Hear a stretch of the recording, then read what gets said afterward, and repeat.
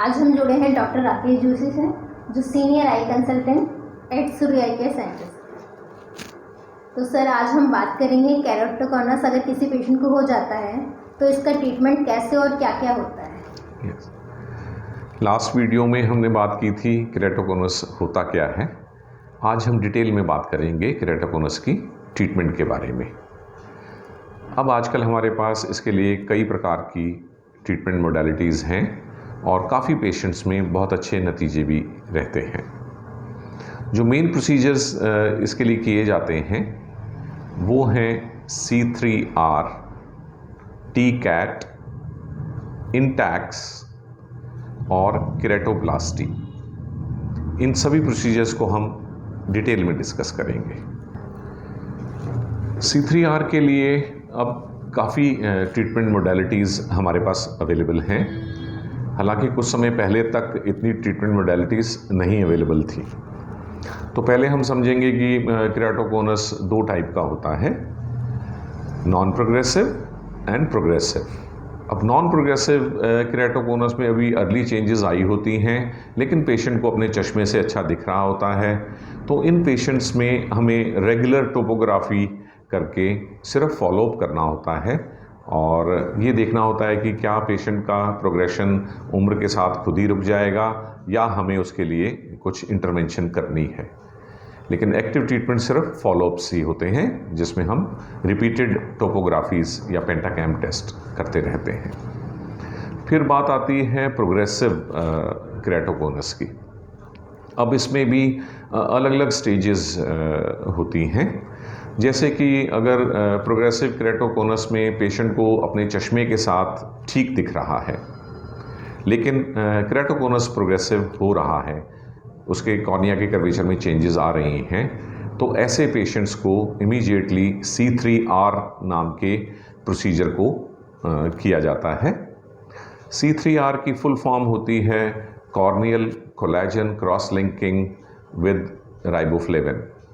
ये एक बहुत ही सिंपल प्रोसीजर है, जिसमें आँख के ऊपर राइबोफ्लेविन सॉल्यूशन कॉर्निया के ऊपर रखा जाता है और उसको फिर 15 से 30 मिनट के लिए अल्ट्रावायलेट लाइट से एक्सपोज किया जाता है। ये करने से पेशेंट की आँख का जो कोलाजन है, जो कोलाजन फाइबर्स जो थिन कॉर्निया या वीक कॉर्निया में होते हैं, वो टाइटन हो जाते हैं और कॉर्निया की स्ट्रेंथ बढ़ जाती है और कॉर्निया का केराटोकॉनस का प्रोग्रेशन कंट्रोल में आ जाता है और फिर इसके बाद पेशेंट अपने चश्मे से अपनी लाइफ अच्छे से जी पाता है। अब हम सेकंड मोडालिटी जो यूज़ की जाती है केराटोकॉनस ट्रीटमेंट में, उसकी बात करेंगे। ये होती है TCAT, जिसकी फुल फॉर्म होती है topography guided custom ablation treatment. ये ट्रीटमेंट लेज़र के द्वारा की जाती है। ये उन पेशेंट्स में की जाती है जिनमें केराटोकॉनस प्रोग्रेसिव है और उनको अपने चश्मे के साथ ठीक दिखाई नहीं दे रहा, तथा साथ में उनके कॉर्निया की मोटाई ठीक ठाक है। इसका मतलब उतनी कम नहीं है जितनी आम केराटोकॉनस पेशेंट में होती है। तो इन पेशेंट्स में हम एक्साइमर लेज़र इस्तेमाल करते हैं। ये वही लेज़र है जो चश्मा हटाने के लिए इस्तेमाल की जाती है। यहाँ इस लेज़र द्वारा हम क्या करते हैं कि हमारे पेशेंट के कॉर्निया में, ये कॉर्निया के ऊपर जो बल्ज होता है, उसके ऊपर लेज़र डाल के उसे फ्लैट कर देते हैं। तो इससे जो कोनिकल पार्ट है वो ठीक हो जाता है। लेकिन ये कर उन्हीं लोगों में पाते हैं जिनमें कॉर्निया की थिकनेस सिग्निफिकेंट होती है, क्योंकि ये सब कुछ करने के बावजूद भी हमें पीछे 500 माइक्रोन का कॉर्निया तो छोड़ना ही होता है। एक बार TCAT प्रोसीजर हो गया तो उसके कुछ दिन बाद हम फिर C3R तो इन पेशेंट्स में भी करना होगा। TCAT से कॉर्निया फ्लैट होगा और C3R से उसको स्ट्रेंथ मिलेगी, ताकि वो दोबारा से केराटोकॉनस में कन्वर्ट ना हो जाए। तो ये काफ़ी इफ़ेक्टिव मेथड है और काफ़ी सिंपल मेथड भी है, जो हमारे केराटोकॉनस के आर्मामेंटोरियम में अभी रिसेंटली ऐड हुआ है। सर, एक बात और पूछनी है, इंटैक्स का क्या रोल है केराटोकॉनस में? काफ़ी चर्चा में आ रहा है आजकल। यस, इंटैक्स केराटोकोनस की लेटेस्ट ट्रीटमेंट मोडालिटी है और इसकी फुल फॉर्म होती है इंट्रास्ट्रोमल कॉर्नियल रिंग सेगमेंट्स। अब ये प्रोसीजर जो होता है ये उन लोगों में एप्लीकेबल होता है जिनमें प्रोग्रेसिव केराटोकोनस है और चश्मे से पेशेंट को अच्छा नहीं दिखता है तथा उनके कॉर्निया की थिकनेस भी ज़्यादा नहीं है, तो इनमें टी कैट प्रोसीजर नहीं हो सकता, तो इनमें इंटैक्स किया जाता है। इंटैक्स क्या होते हैं? जिस मटेरियल के हमारे कॉन्टैक्ट लेंसेज होते हैं उसी मटेरियल के PMMA के सेमी सर्कुलर रिंग्स होते हैं, कुछ मिलीमीटर के रिंग्स। तो सबसे पहले तो पेशेंट के कॉर्निया में फेम्टो लेज़र की हेल्प से पॉकेट्स बनाई जाती हैं और फिर उन पॉकेट्स में ये रिंग्स दोनों तरफ से कॉर्निया में डाल दिए जाते हैं। ये भी कॉर्निया के बल्ज होने की प्रोसेस को फ्लैटन भी कर देते हैं और स्ट्रेंथ भी प्रोवाइड करते हैं, तो इससे भी केराटोकोनस काफ़ी कंट्रोल में आ जाता है और उसके बाद पेशेंट अपने ग्लासेस से ही ठीक से देख पाता है।